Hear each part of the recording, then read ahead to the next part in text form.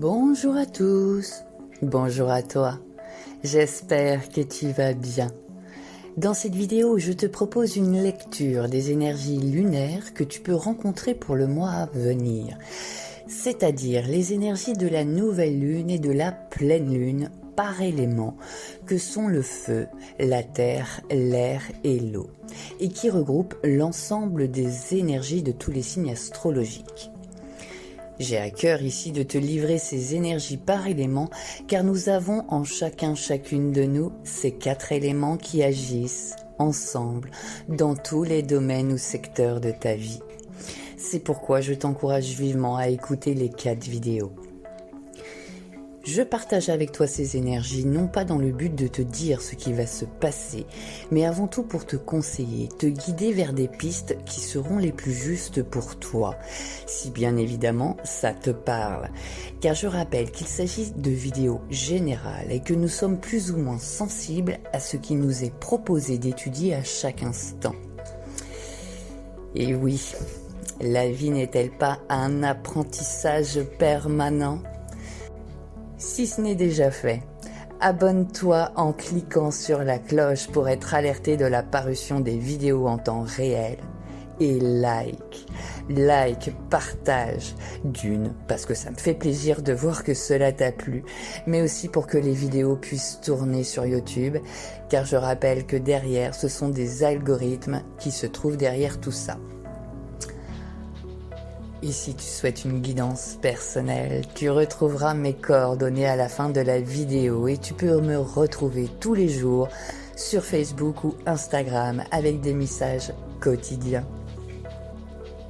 Et découvrons à présent les énergies lunaires pour l'élément air en chacune de nous.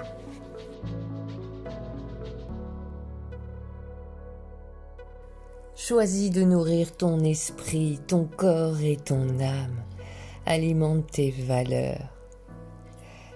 Nous avons tous un ensemble de valeurs individuelles, aussi uniques que nos empreintes digitales.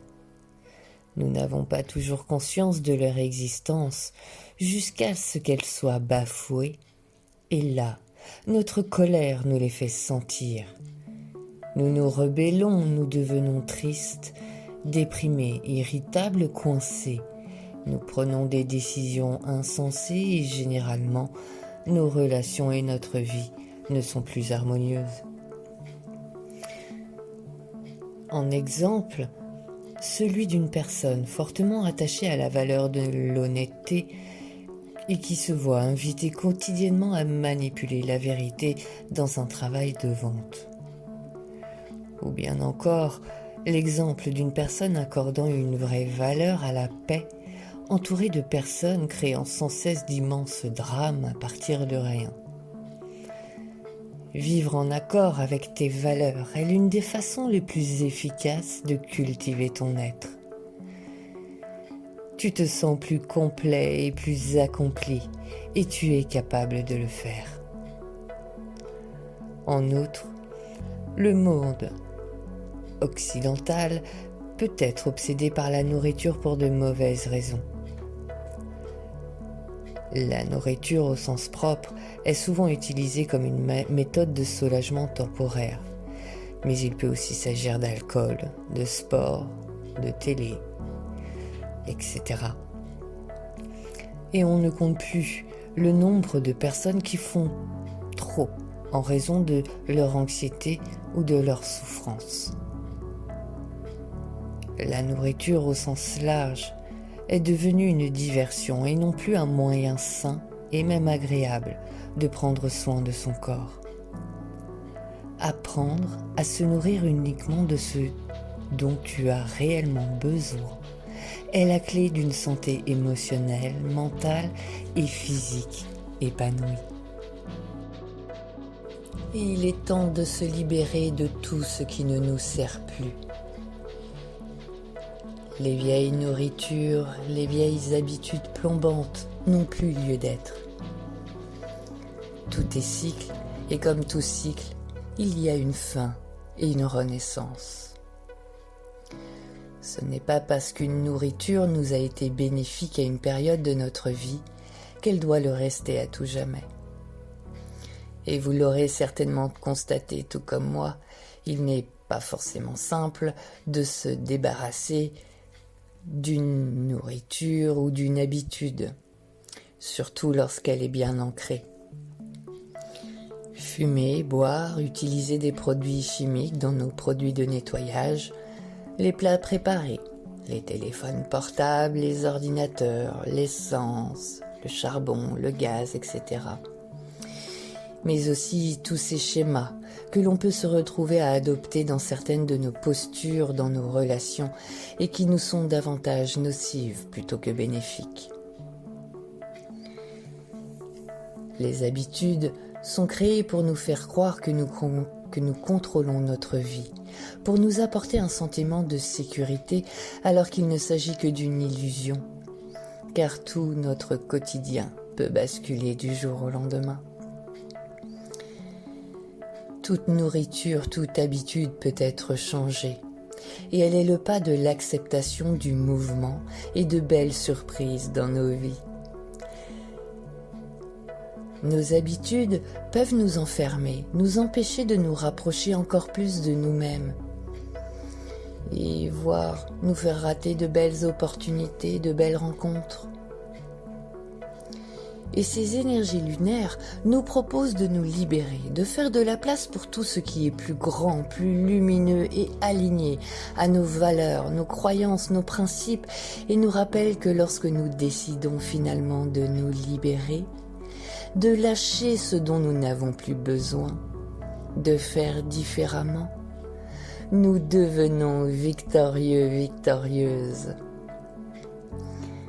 Ces énergies lunaires nous rappellent que la nature a horreur du vide et lorsque nous abandonnons nos vieilles habitudes, nos vieilles nourritures, cela permettra à de nouvelles de prendre place.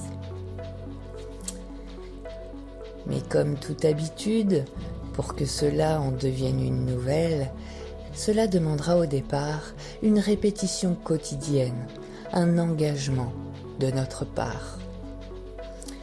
Par exemple, pour se muscler, cela demande de pratiquer un sport régulièrement.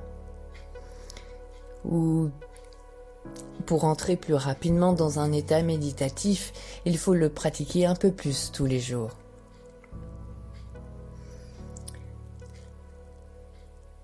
Pour nous aider à nous libérer, ces énergies nous signalent que le jeu en vaut la chandelle et qu'il est important de nous concentrer sur les avantages du résultat que nous souhaitons, sur nos avantages et pas ceux des autres.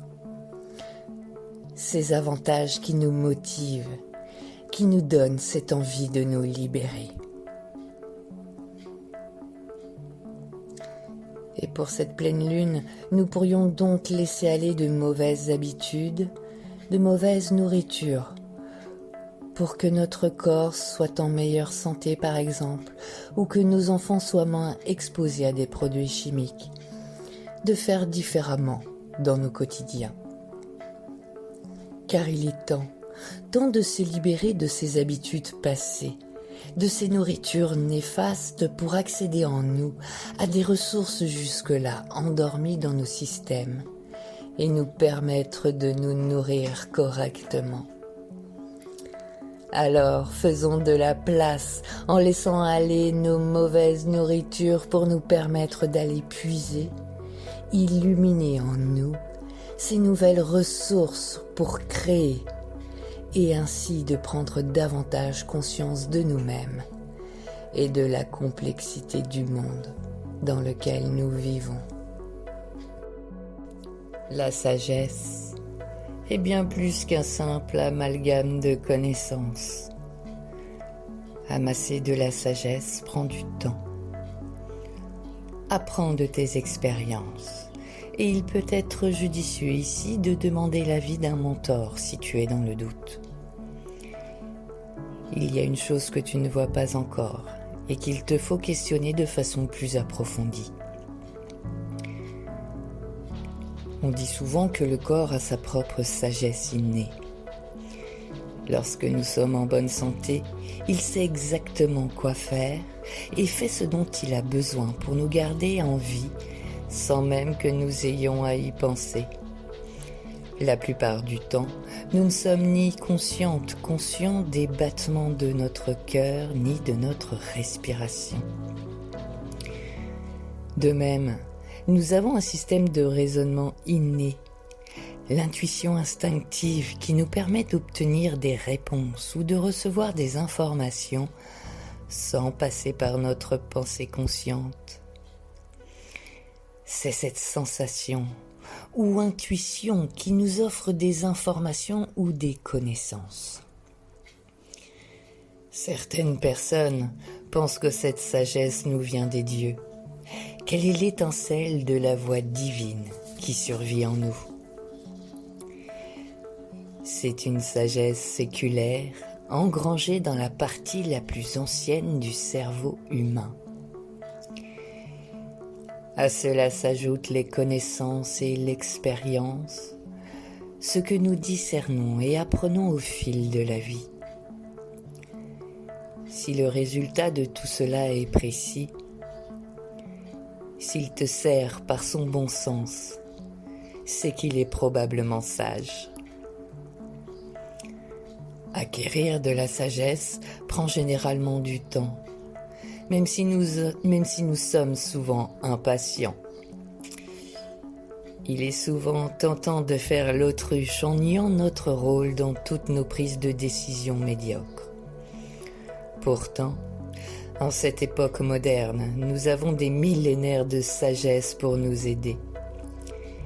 L'histoire humaine compte nombre de célébrités sages et moins sages qui sont autant d'exemples desquels nous avons beaucoup à apprendre. Nous entourer de personnes sages est donc l'une des plus sages décisions que nous puissions prendre. On ne peut pas toujours tout savoir et un mentor ou un ami expérimenté peut non seulement nous sauver d'une mauvaise décision mais aussi nous aider à devenir plus matures, plus rapidement.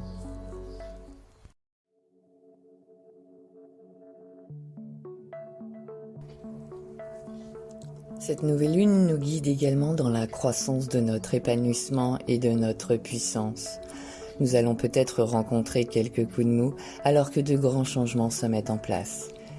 Mais ils font partie de la vie et ne peuvent être repoussés indéfiniment.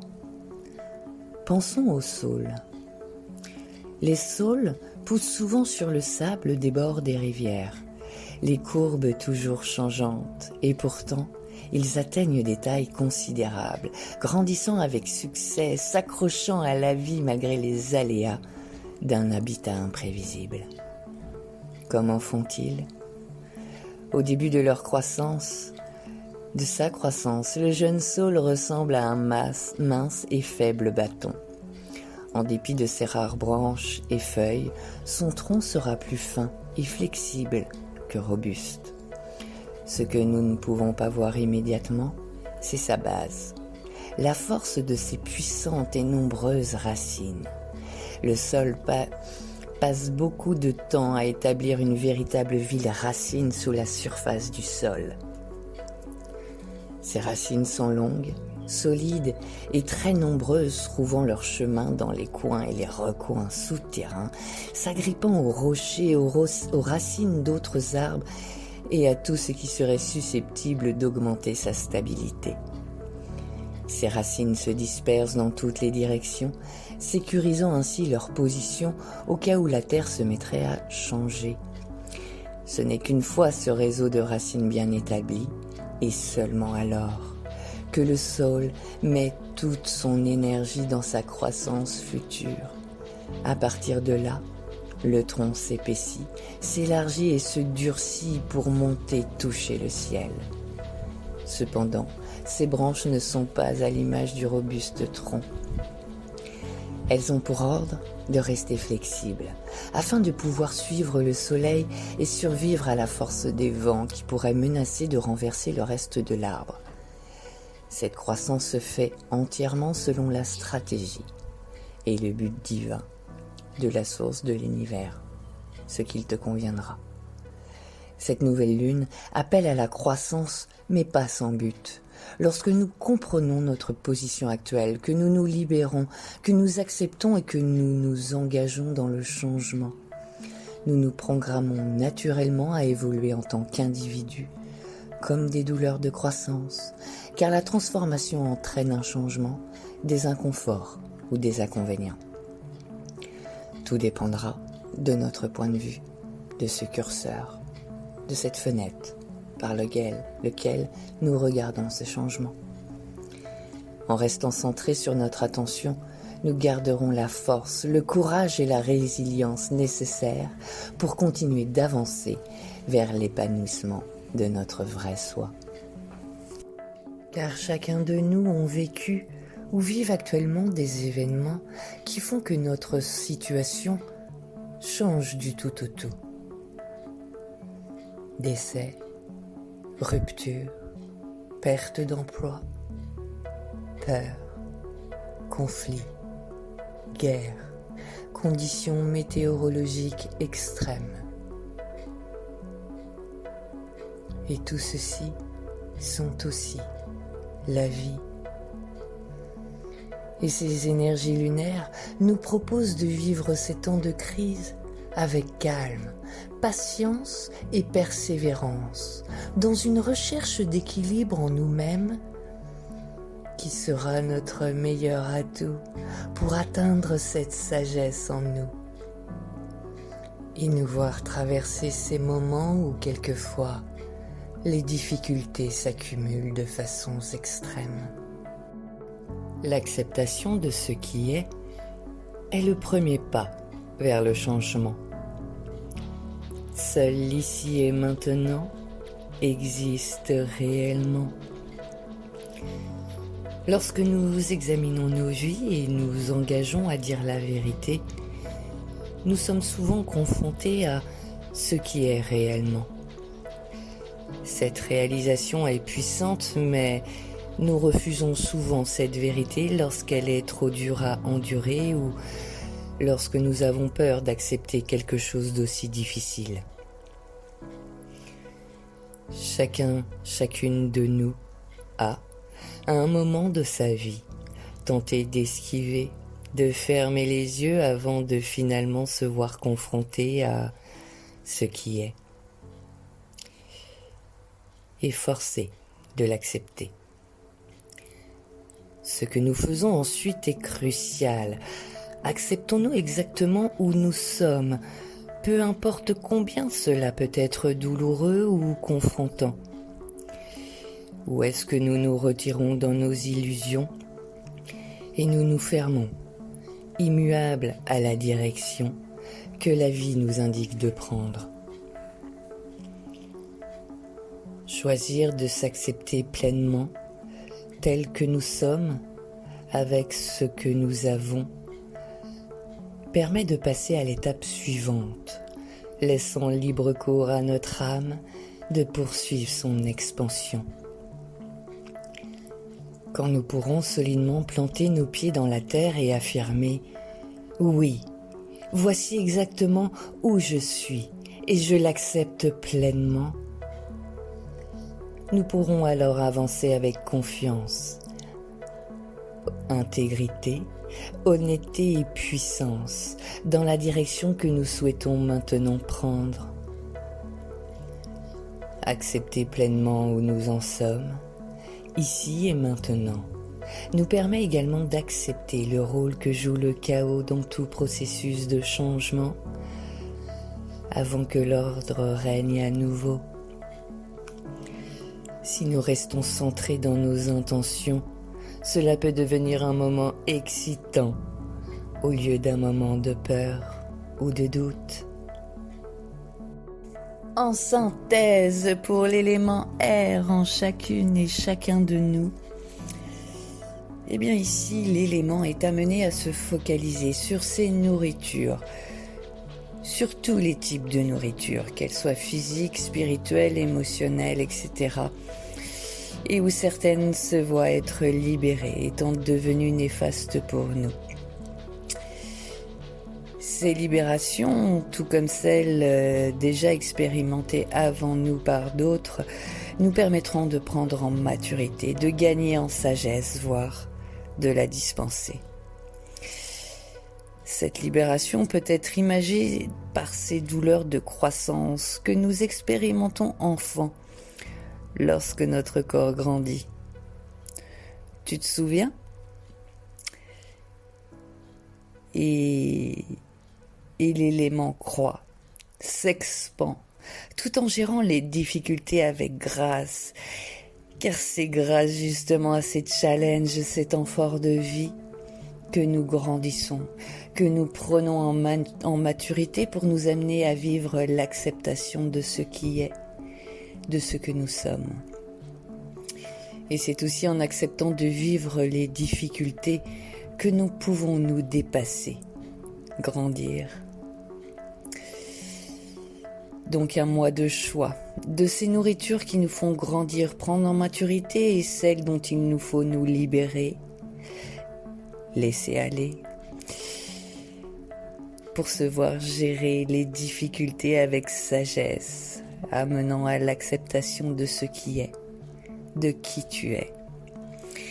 Cette libération passera entre autres par la chasse au gaspillage de ces énergies nécessaires à nos quotidiens pour nous éclairer, nous chauffer.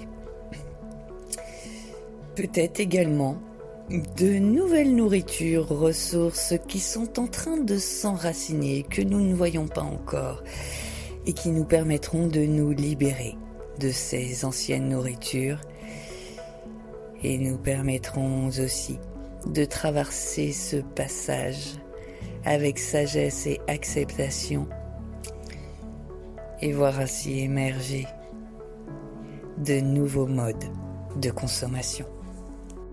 Je te souhaite une très belle journée ou une très belle soirée. Tout dépendra à l'heure à laquelle tu regardes cette vidéo. Je t'embrasse. Bisous, bisous.